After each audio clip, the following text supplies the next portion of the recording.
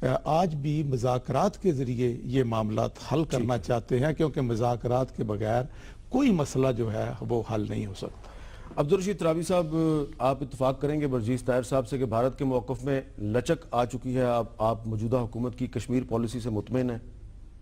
بسم اللہ الرحمن الرحیم۔ میں آپ کا شکر گزار ہوں کہ آپ کی وساطت سے آج اپنا نقطہ نظر پیش کرنے کا موقع مل رہا ہے۔ میں اس موقع پر پوری پاکستانی قوم، حکومت، اپوزیشن، سیاسی جماعتیں، اہل دانش، ان کا بھی شکریہ ادا کرتا ہوں کہ 1990 سے لے کر آج تک پہلی اپیل جناب قاضی حسین احمد صاحب نے اس موقع پر دی تھی، اور اس کے بعد آج تک جو ہے یہ ایک شعار کی حیثیت اختیار کر گیا ہے۔ بلا شبہ میں سمجھتا ہوں کہ یہ تو ایک اس پوزیشن سے بھارت ہٹنے پہ مجبور ہوا ہے۔ اس میں اندر کی تحریک مزاحمت کا بھی بہت بڑا کردار ہے کہ اس عرصے میں جتنے انہوں نے ٹیکٹس استعمال کیے ہیں اس کا الحمدللہ وہاں پر مقابلہ کیا ہے قائدین حریت نے، اور وہاں کے عوام نے، مجاہدین نے، اور بین الاقوامی سطح پر بھی میں سمجھتا ہوں کہ اس میں جو سرگرمیاں ہوئی ہیں، لندن میں نریندر مودی کا جس طرح پیچھا کیا کشمیریوں نے، وہاں پر وہ گئے ہیں اور بہت بڑا مظاہرہ ہوا۔ آپ بھی موجود تھے؟ میں بھی وہاں موجود تھا۔ اسی طرح سے نیو یارک کے اندر ہوا، اور پھر میاں نواز شریف صاحب نے جنرل اسمبلی میں جو خطاب کیا،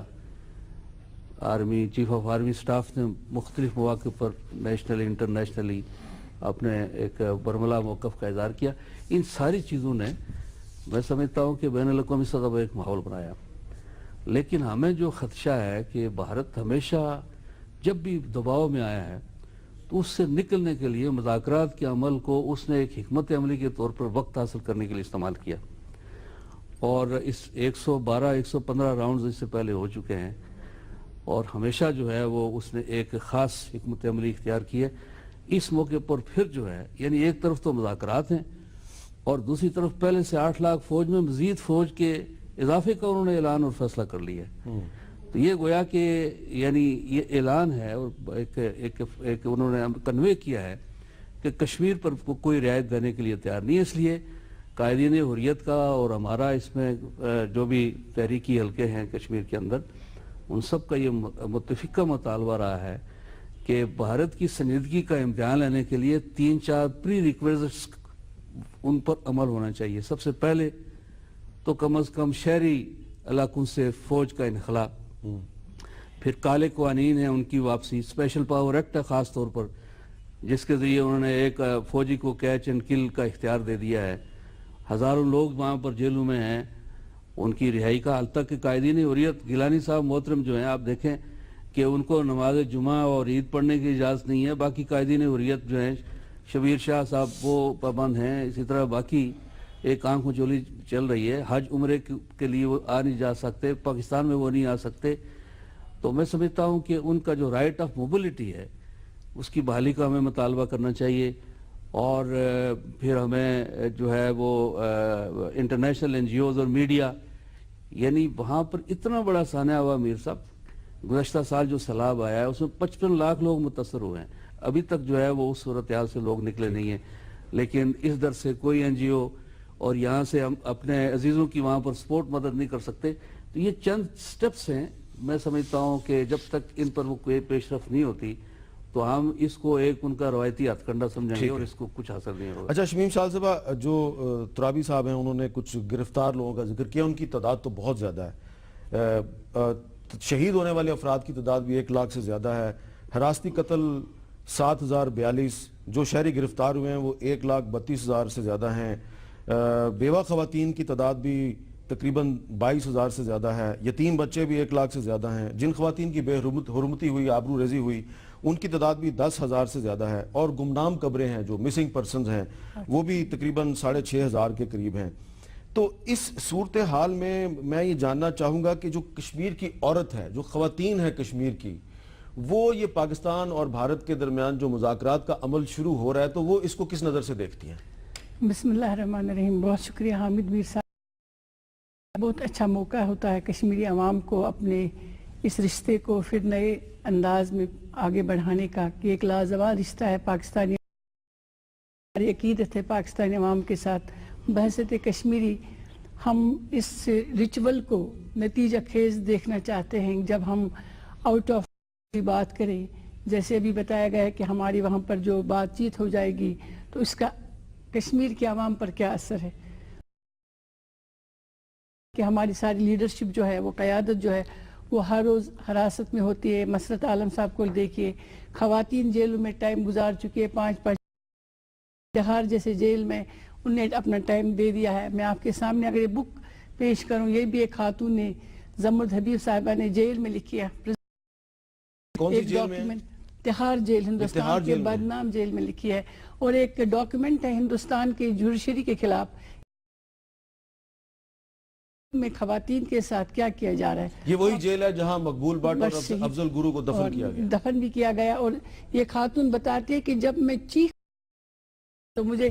دل میں اتنی تکلیف ہوتی تھی کہ میرے بہنیں, میرے بچے مرد کس عذاب سے یہاں گزرے ہیں. اور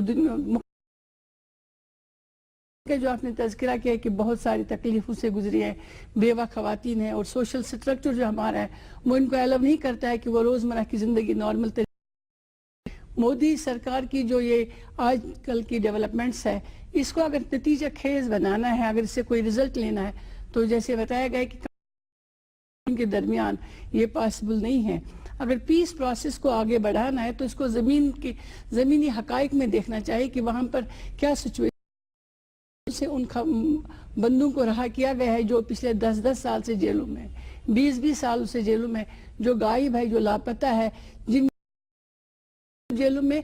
خواتین کو سفر کرنا پڑتا ہے. جس گھر میں خاتون موجود ہے, اس کا بیٹا یا اس کا شوہر جیل میں ہے, وہ تہار جیل میں ہے, وہ راجستھان کے وہ ہندوستان کے بدنام زمانے جیل میں ہے, اور پھر ان جیلوں میں جانے کے لیے آپ کو 3 4 دن سفر کرنا پڑتا ہے. پھر آپ کے ٹریول ڈاکیومنٹس چیک کے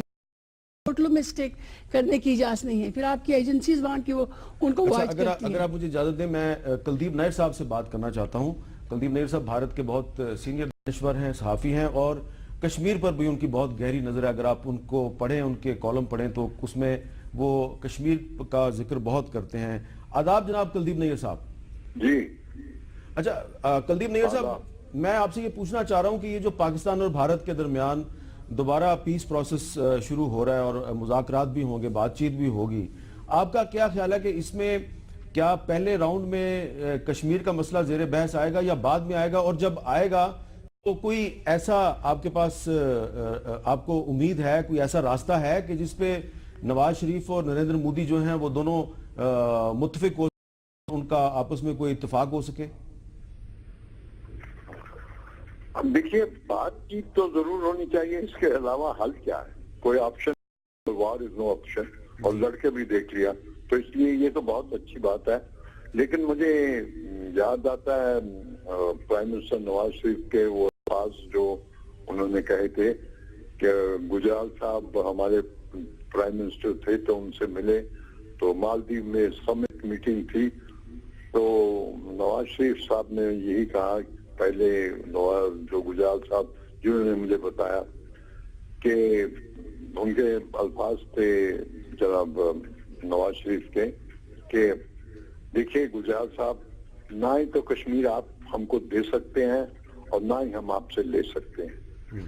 تو اس لیے ایک حقائق ہیں, اس پہ بات چیت حقیقت ہے, اس پہ بات چیت کی جائے. تو وہ بات چیت کرتے رہے, ابھی بات چیت جاری ہے. دیکھیے اس کا حل فاروق عبداللہ نے کہا ہے کہ بھئی جو آپ کے پاس اپنا جو پاکستان کے پاس حصہ ہے وہ پاکستان رکھے, اور جو ہندوستان کا کے پاس ہے اس کا حصہ رکھے. لیکن یہ تو منظور نہیں ہوگا پاکستان کو تو یا پاکستان کی حکومت کو, تو اس لیے بات چیت کرنی چاہیے. دیکھیے کوئی حل نکلے ان باتوں سے, کیونکہ اب ہمارے 70 سال انڈیپینڈنس کو ہو گئے, اور دونوں ملکوں میں کشیدگی چلتی رہتی ہے, اور وہی کچھ بات بنتی نہیں, کیونکہ اگر دونوں مل کے کوئی اکنامک ڈیولپمنٹ کریں تو یہ خطہ بہت اونچے جا سکتا ہے. تو اس لیے ضروری ہے کہ بھئی اس کا حل, لیکن اس کا حل یہ نہیں ہے جو پاکستان چاہتا ہے کہ کشمیر ہم کو دے دو, اور اس کا حل یہ بھی نہیں ہے کہ ہم کہیں کہ یہ ہمارا انٹیگرل پارٹ ہے. تو اس میں کوئی بیچ کا راستہ کرنا چاہیے. اچھا آپ کا کیا خیال ہے کلدیپ نیر صاحب کے جو پرویز مشرف اور منموہن سنگھ کے درمیان جو بات چیت ہوئی تھی جس فارمولے پہ کتاب پڑھی ہے کشمیر دی واجپئی ایئرز اے ایس دولت صاحب کی، تو وہ اے ایس دولت صاحب جو نے یہ دعویٰ کیا ہے کہ یہ ایک ایسا فارمولہ ہے کہ جس پہ آگے بڑھ سکتی ہے، تو کیا یہ انڈیا میں پاپولر اوپینین ہے اس فارمولے کے بارے میں؟ یہ میرا خیال ہے کہ یہ بات جو ہے ایک اس وقت جو تھے پرائم منسٹر وہ اٹل بہاری واجپئی تھے، اور یہ بات چل سکتی ہے کہ اٹل بہاری واجپئی بہت لیڈر ہیں بڑے بی جے پی کے، تو اس لیے اگر وہی فارمولا جو تھا اس کو لیا جائے تو شاید بات پہنچ جائے. اور بلکہ میں نے سنا ہے کہ اس وقت جب ہو گئی تھی بات چیت کا لگتا ہے اور شاید نواز شریف ہی تھے، تو ٹائم فریم بھی کوئی طے ہو گیا تھا کہ اس کے بیچ ہو جائے اور پہنچ جاتی، لیکن جنرل مشرف نے وہ کارگل ہو گیا اور دوسری چیزیں، تو اس لیے ہوا نہیں. لیکن اب پھر کوشش کرنی چاہیے کہ وہ جو آگرہ میں ہوا اس سے جو وہاں پہ چھوڑا گیا جو ایک تھریڈ اس کو پھر اٹھا کے پھر شروع کیا جائے. بہت بہت شکریہ کلدیپ. یہاں پہ لیتے ہیں وقفے کے بعد دوبارہ ملتے ہیں.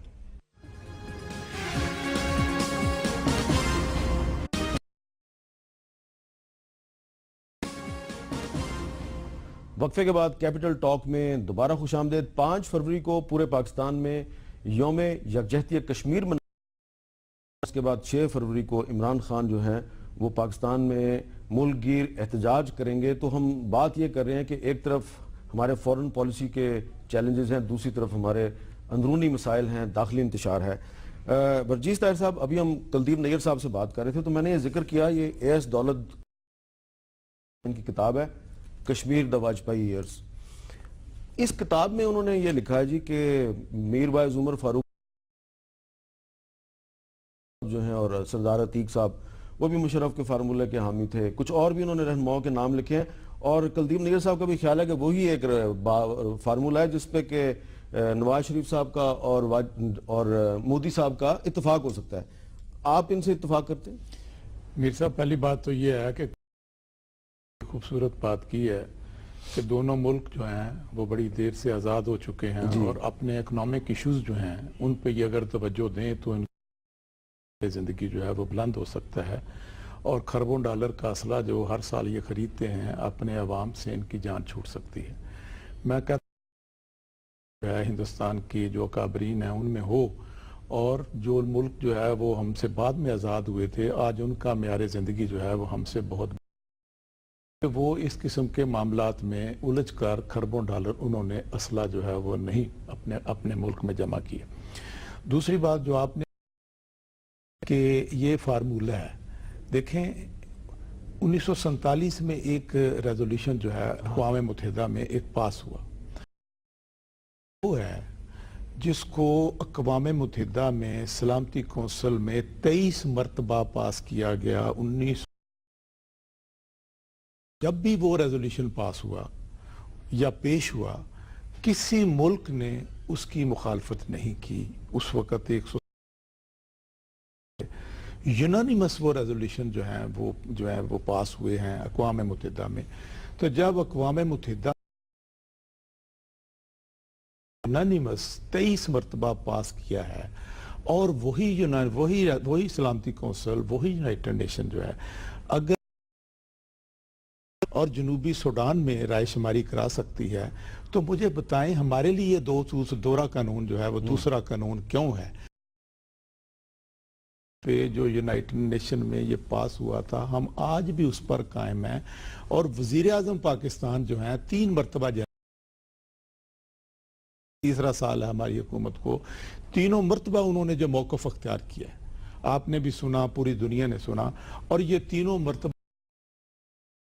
کیس پیش کیا کہ ہندوستان بات کرنے کے لیے تیار نہیں تھا. کبھی جب بات ہوتی تھی تو وہ اس سے پہلے کوئی نہ کوئی اس طرح ترابی صاحب نے کہا مذاکرات تو ہوتے ہی نہیں تھے. اب جو موقف اختیار کیا ہے پاکستان نے بڑا ہم چاہتے ہیں کہ جنگ کی بجائے دیکھیں یہ جنگ تو منڈلا رہی ہے آپ کے سامنے پاکستان بھی نیوکلیر پاور ہے آج جنوب مشرقی ایشیا کا امن اسی صورت میں ہے آپ نے ابھی اتنے 67 سال تک کتنے کانفیڈنس بلڈنگ نے کہا کہ جی معاملات جو ہیں یہ تجارت بڑھائیں یہ تعلقات بڑھائیں یہ ویزا کی پالیسیز بڑھائیں لیکن جب تک کشمیر کا ایشو جو ہے تک پاکستان اور ہندوستان کے جو تعلقات ہیں وہ نارمل نہیں ہو سکتے ٹھیک ہے ترابی صاحب یہ میں آپ سے بھی پوچھنا کتاب ہے ایس دولت صاحب کی اس میں بہت سے مقبوضہ کشمیر اور آزاد کشمیر کے بہت سے جو سیاسی رہنما ان کی تعریف کی گئی ہے گیلانی صاحب پہ کافی تنقید ہے اور یہ بھی لکھا گیا کہ پرویز مشرف صاحب اس سے بڑے بڑے ناراض رہتے تھے کیا گیلانی صاحب کی سے مشرف صاحب کی ناراضگی کی وجہ یہ تھی کہ گیلانی صاحب پرویز مشرف کا جو فارمولہ تھا اس کو قبول نہیں کرتے تھے جی امیر صاحب اس میں بنیادی بات یہ ہے ہمارا کیس ہے وہ تو حق خود ارادیت کا ہے اور اس فارمولے میں جو 3-4 اس کی شرائط تھی اس کی وجہ سے ہمارا حق خود ارادیت تو ڈیزالو ہو جاتا ہے یعنی وہ ایک لحاظ سے جس طرح کلدیپ نیر صاحب نے کہا ہے کہ لائن آف کنٹرول کو مستقل سرحد مان کر اس مسئلے کو ختم کرنا اگر قطع کلامی کی معافی ہو تو ایس دولت صاحب جن کی کتاب کا ہم ذکر کر رہے ہیں وہ ہم موجود ہیں جناب آداب دولت صاحب آداب حضور کیا حال ہے دولت صاحب ہم آپ کی کتاب پہ بات کر رہے ہیں اور میں آپ سے پوچھنا چاہ رہا ہوں کہ میں نے ابھی کلدیپ نیر صاحب سے بھی بات کی تو اس کتاب میں آپ نے بہت سی تفصیلات لکھی ہیں ہم یہ آپ سے جاننا چاہ رہے ہیں کہ کیا آپ ابھی یہ سمجھتے ہیں کہ نواز شریف اور جب کشمیر پہ بات کریں گے تو ان کے پاس پرویز مشرف اور منموہن سنگھ کے درمیان جس فارمولے پہ بات چیت ہوئی تھی تو اس کے علاوہ کوئی اور راستہ نہیں ہے ایسا ہے کہ جب نئے لیڈر بات کرتے ہیں تو نئی باتیں آتی ہیں نئی سوچ ہوتی ہے تو معاملہ چلتا رہتا ہے بٹ میں سمجھتا ہوں کہ کیونکہ دونوں طرف سے یہ کہا جا رہا ہے کہ اس سمے تقریباً بات پوری ہو ہی گئی تھی یا بات بنی گئی تھی تو اگر وہاں سے شروعات ہو تو بڑا اچھا ہوگا